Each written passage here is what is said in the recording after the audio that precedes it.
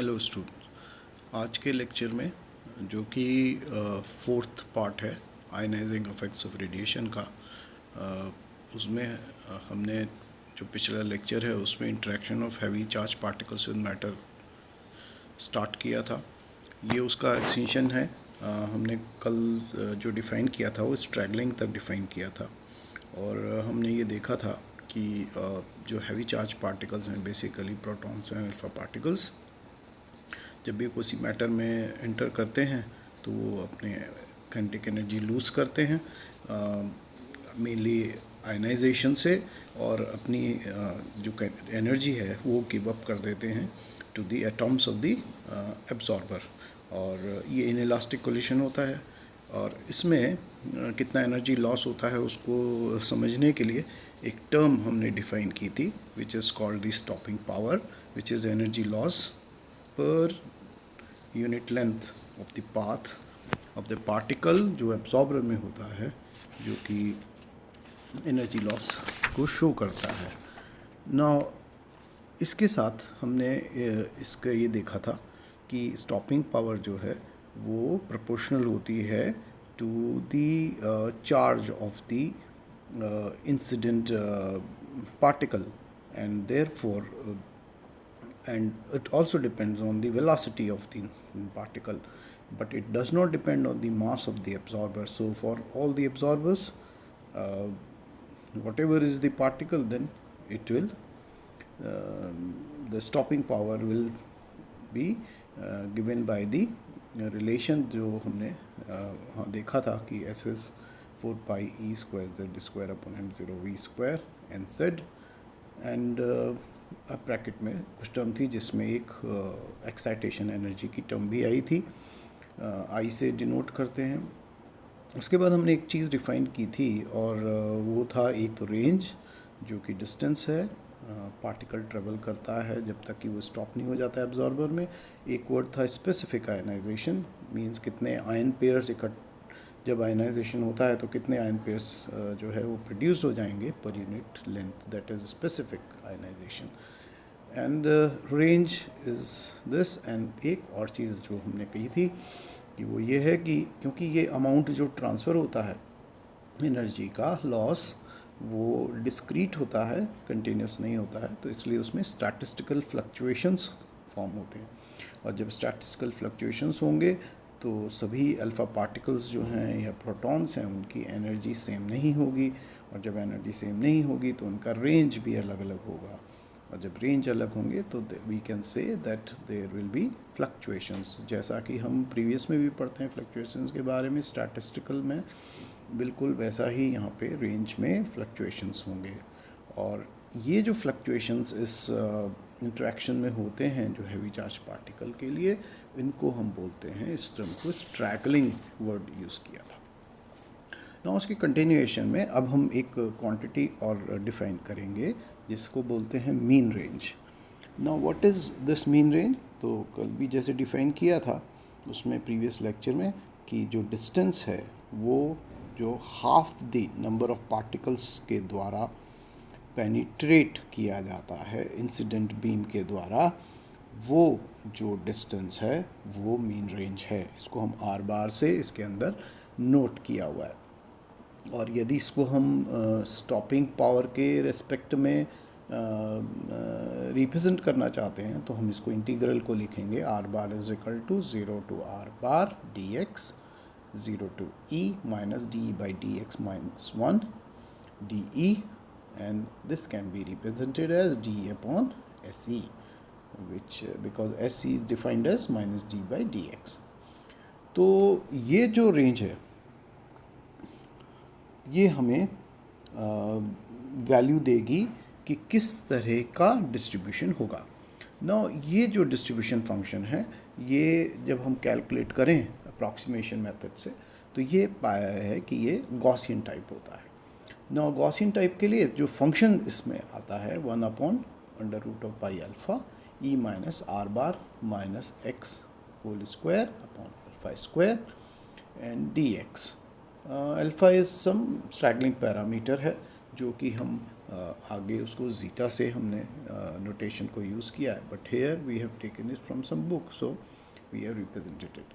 तो अब इस कारण से होता क्या है, जब भी स्ट्रैगलिंग होती है तो क्योंकि ये डिस्ट्रीब्यूशन गॉसियन है और हम कह रहे हैं कि फ्लक्चुएशंस हैं, तो इस कारण से जो ब्रॉडनिंग है, जो पीक है, उसमें कर्व में वो ब्रॉडनिंग हो जाती है और कर्व जो है वो एक चौड़ा बीच में से ब्रॉड कर्व बन जाता है। इसको कैसे रिप्रेजेंट करें? रिप्रेजेंट करने के लिए हम एक ग्राफ को यूज़ करते हैं जो कि ब्रैग कर्व भी कहलाता है, बट इसमें हम जो ब्रैग कर्व है उसको सिंपल एक आयनाइजेशन कर्व बोलते हैं। तो हमने इसके अंदर 3 कर्व जो बना रखे हैं, उनसे हम इसको रिप्रेजेंट करेंगे। रिप्रेजेंट कैसे करना है? इसमें लेफ्ट हैंड साइड पे काउंटिंग रेट है, जिनको आप ये भी कह सकते हैं कि जो पेयर्स इकट्ठे हुए हैं या पार्टिकल्स इकट्ठे बीम में हुए हैं वो हैं ये, और कितने बच रहे हैं वो, और इसमें कितना डिस्टेंस जो है वो पेनिट्रेट हो रहा है वो आपके एक्स एक्सिस पे आता है। इसको रेंज भी कह सकते हैं। और इसलिए अब इसके अंदर जो फर्स्ट कर्व है, कर्व ए, वो क्या रिप्रेजेंट करता है? ये सिंपल बता रहा है कि ये एक नंबर और डिस्टेंस के बीच में कर्व है, जो एंड पॉइंट एनर्जी के, alpha particles and point energy होती है जो मैक्सिमम काइनेटिक एनर्जी लेके जाता है पार्टिकल, तो it is the near the end of the end point energy. और एक चीज़ जो इसके अंदर इम्पॉर्टेंट है, जो दिख रही है उस कर्व में, कि वो all of sudden sharply zero नहीं हो जाता, it doesn't drop to zero on the x axis, but उसमें एक बेंड आता है। तो अगर हम इसकी सीधा टेंजेंट को ड्रॉ करें और जहाँ ये कट करे, इंटरसेक्ट करे ऑन एक्स एक्सिस, इस पॉइंट को हम कहते हैं, दिस इज़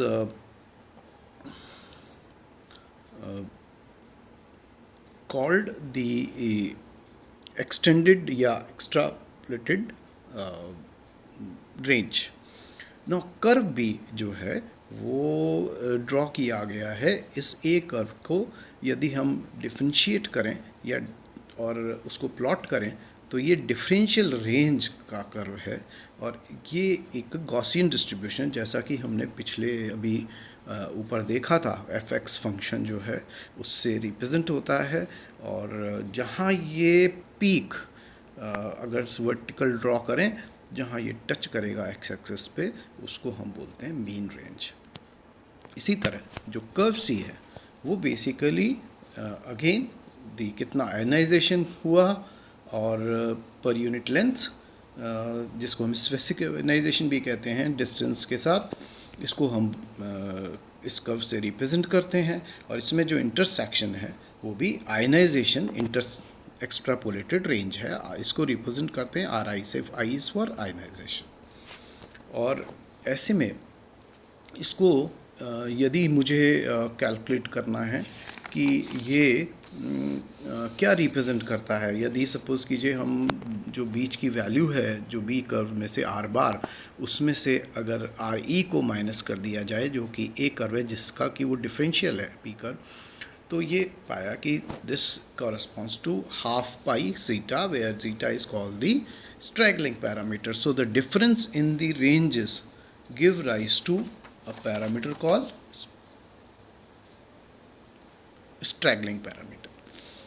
and अब ये क्या चीज़ है स्ट्रैगलिंग पैरामीटर? बेसिकली क्योंकि कर्व की ब्रॉडनिंग होती है, और तो इसलिए इसको फाइंड आउट करने के लिए, जैसे आप रेजोनेंस फिनोमेना में भी पढ़ते हैं, जब आप क्यू फैक्टर्स निकालते हैं तो स्ट्रैगलिंग पैरामीटर में क्या इन दोनों के बीच में क्या डिफरेंस रहेगा, ये बेसिकली इसको डिटरमिन करने के लिए आपको करना क्या है, इस कर्व में जो बी कर्व है उसकी जो पीक है, जहाँ हाइट है उसका हाफ लेना है, और उसमें जो 2 पॉइंट्स एक्स एक्सिस पे वर्टिकल ड्रॉ करें तो वो जहाँ टच करें उनका डिफरेंस जो है वो हमें स्ट्रैगलिंग पैरामीटर के बारे में। तो it is also called the full width at half maximum. Now अब हमारा जो नेक्स्ट पार्ट है इसमें जो बचता है कि ये फिनोमेना में क्या रिप्रेजेंट करता है। तो रिप्रेजेंट करने के लिए हमें अब जैसे मान लीजिए जो ब्रैक कर्व है, तो अभी ये ब्रैक कर्व क्या करता है कि जैसे इंडिविजुअल पार्टिकल्स के लिए हो रहा है, तो वो डिफ़र करेगा average Bragg curve for a beam of particles, क्योंकि ये डिपेंडेंट है on the property of the ionising particle जो कर रहा है।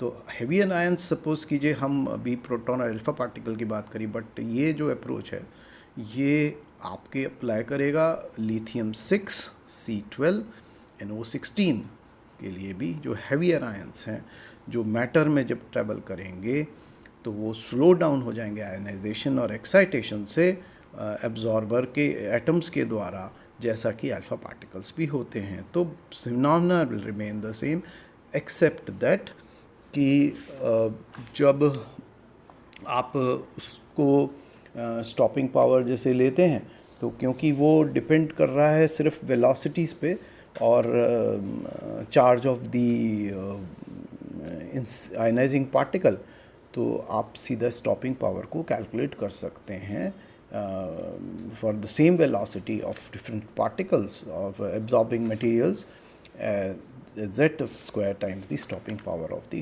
protons, so initial lower number. Now अब जो ये इलेक्ट्रॉन आयन पेयर्स प्रोड्यूस होते हैं एब्सॉर्बर में इन हैवी चार्ज पार्टिकल्स के द्वारा, इसको हम बोलते हैं, जो इनिशियल हिट के है, इसको कहते हैं प्राइमरी प्रोसेस ऑफ आयनाइजेशन। और यदि उसकी एनर्जी हैवी चार्ज पार्टिकल की इतनी सफिशेंट हो कि वो फर्दर आयनाइजेशन कर सके एटम्स ऑफ द एब्जॉर्बर का, तो वो सेकेंडरी आयनाइजेशन प्रोसेस को जन्म देगा, और ऐसे में जो इलेक्ट्रॉन्स प्रोड्यूस होंगे वो सेकेंडरी इलेक्ट्रॉन्स कहलाएंगे। द सेकेंडरी इलेक्ट्रॉन्स जो हैं, अगर उनमें और एनर्जी बच जाती है तो वो फर्दर आयनाइजेशन करेंगे, और ऐसे में हमारे को मल्टीपल आयन पेयर्स फॉर्म्ड हो जाएंगे। इसको हम टर्शरी कहेंगे। तो you can have primary, secondary and tertiary ionisations. तो मल्टीप्लिकेशन ऑफ ये कितना हो सकता है? अप्रॉक्सीमेटली 10 का फैक्टर या उससे ज़्यादा भी हो सकता है। तो जितने टोटल नंबर ऑफ प्राइमरी और सेकेंडरी हैं आयन पेयर्स, वो प्रोपोर्शनल होते हैं एनर्जी लॉस के।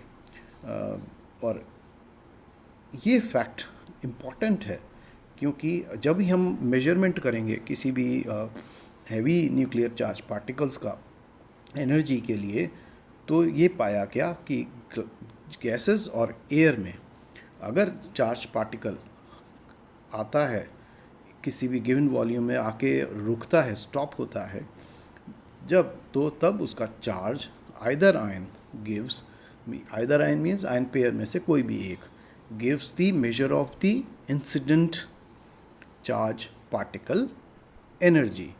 This is all in the next lecture. अब हम गामा का इंट्रैक्शन करेंगे। मेनली 3 प्रोसेसेस होते हैं उसमें, photoelectric effect, Compton effect and pair production. And other processes भी कुछ पार्टिकल्स के होते हैं, जैसे कि एक Cherenkov radiation, synchrotron radiation and positronium formation, but we will not discuss them here. एक और जो अनचार्ज पार्टिकल रहता है न्यूट्रल, वो है न्यूट्रॉन, जिसका कि इंट्रैक्शन इनडायरेक्ट होता है, क्योंकि उसमें मास तो है बट वो चार्ज नहीं है, तो आयनाइजेशन नहीं होगा। तो हमारे डिटेक्शन के लिए इनडायरेक्ट टेक्निक्स को यूज़ किया जाता है।